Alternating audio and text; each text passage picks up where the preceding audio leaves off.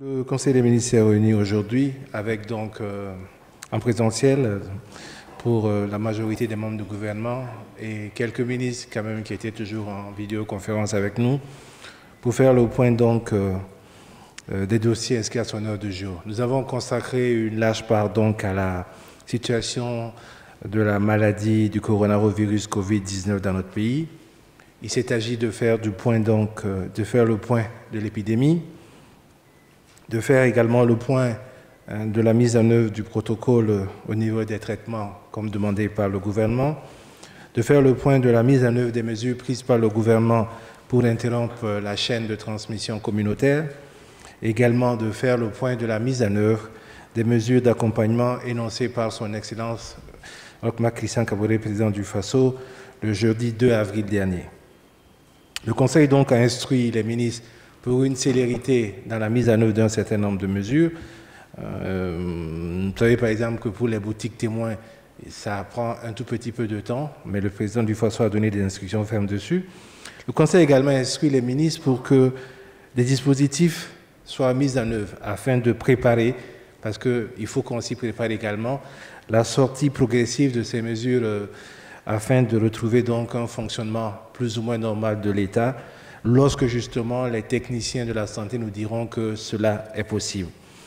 Je voudrais donc au titre de la question de la maladie à coronavirus Covid-19 vous faire le point donc, comme nous l'avions prévu, des dons et des différentes participations des Burkinabés à la lutte contre cette maladie. À la date d'aujourd'hui donc, nous avions reçu au titre des chèques 1,196 525 000 francs CFA. Et au titre des dons en nature, nous avions donc 183 102 051 francs CFA, soit un total de 1 379 627 051 francs CFA. Au titre toujours de cette maladie, le ministre en charge des Burkinabés de l'extérieur a présenté au Conseil la situation des Burkinabés donc, dans des pays où ils auraient été infectés par la maladie. Il y a aujourd'hui une situation essentiellement sur laquelle on peut s'exprimer sur 6 pays. En Chine, nous avions un cas de Burkinabé donc, testé positif. Il faut rappeler que ce Burkinabé est venu de Burkina avec donc la maladie, c'est quand il est arrivé en Chine qu'il a été testé positif. Et aujourd'hui, il est guéri. Sa famille avait été mise en quarantaine et il n'y a pas de cas au niveau de sa famille. Au Togo, nous avons également un cas de Burkinabé testé positif. Mais comme pour la Chine, c'est pareil, le cas est venu du Burkina. C'est-à-dire qu'il est venu du Burkina le 15, il a été testé au Togo positif, lui également il est guéri. En Italie, nous avons 6 cas, et sur les 6 cas, 5 sont déclarés guéris. Aux États-Unis, donc, nous avons 10 cas, donc 8 à New York et 2 à New Jersey. Au Bénin, nous avons 4 cas, dont 1 déclaré guéri. Et au Ghana, nous avons donc 3 Burkinabés qui ont été testés positifs chez nous et qui ont traversé la frontière malgré la fermeture des frontières en tentant d'aller se soigner au Ghana. Donc, ils sont testés positifs au Ghana et ils y sont pour l'instant. Voilà donc ce que je vous ai dit au titre de la maladie sur le coronavirus Covid-19. En ce qui concerne donc le reste des dossiers, nous avons au titre du ministère, je vais faire une synthèse, au titre du ministère donc, de l'économie, des finances et du développement, nous avons adopté un rapport relatif à la situation d'exécution du budget de la trésorerie de l'État, exercice 2019 au 31 décembre 2019. Il faut faire un constat, c'est que le taux de croissance réel du produit intérieur brut ressort en baisse donc à 6% comme une prévision de 6,8%. En ce qui concerne les recettes budgétaires, sur une prévision annuelle de 2107,14 milliards dans la loi de finances rectificative, le niveau de mobilisation atteint a été de 92,3%, soit à peu près 1940 milliards,27 milliards, soit à peu près, donc, comme je disais, 92,5%. En ce qui concerne l'exécution des dépenses budgétaires, Sur une prévision ajustée des crédits de paiement de 2366,67 milliards, le taux est de 90,94% et ça correspond à un montant de 2141,58 milliards.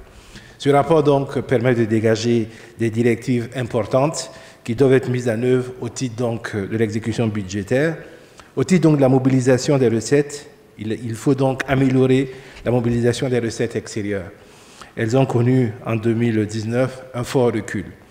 Au titre également des recettes, il faut poursuivre donc la mise en œuvre de stratégies de mobilisation au niveau des régies de recettes que sont la DGI, la DGB, la DGTCP, la Direction générale du Trésor et de la comptabilité publique, mais également donc afin que nous puissions donc avoir des niveaux de recettes relativement importants par rapport aux enjeux que nous avons. Au titre des dépenses, il faut renforcer l'opérationnalisation des budgets programmes, dynamiser le dialogue de gestion pour un suivi rapproché de l'exécution du budget dans les ministères et les institutions, améliorer la qualité de la dépense publique et s'entendant par deux points essentiellement, respecter les plans de passation des marchés et les plans de déblocage des fonds dans le cadre d'exécution de la dépense, et ainsi que le calendrier de leur élaboration. Et le deuxième point que l'on entend pour améliorer la qualité de la dépense publique, c'est réengager obligatoirement en priorité les dépenses régulièrement engagées au cours de l'année 2019 et qui n'ont pas pu s'achever dans le traitement. Toujours au titre du ministère de l'Économie et des Finances, nous avons adopté un décret portant organisation du ministère de l'Économie, des Finances et du Développement.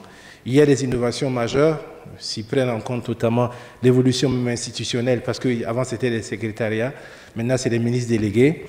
Et cette réorganisation-là va permettre donc la création de nouvelles structures, mais également la réorganisation des structures dans leur ensemble, afin d'avoir donc une grande performance au niveau de ce ministère.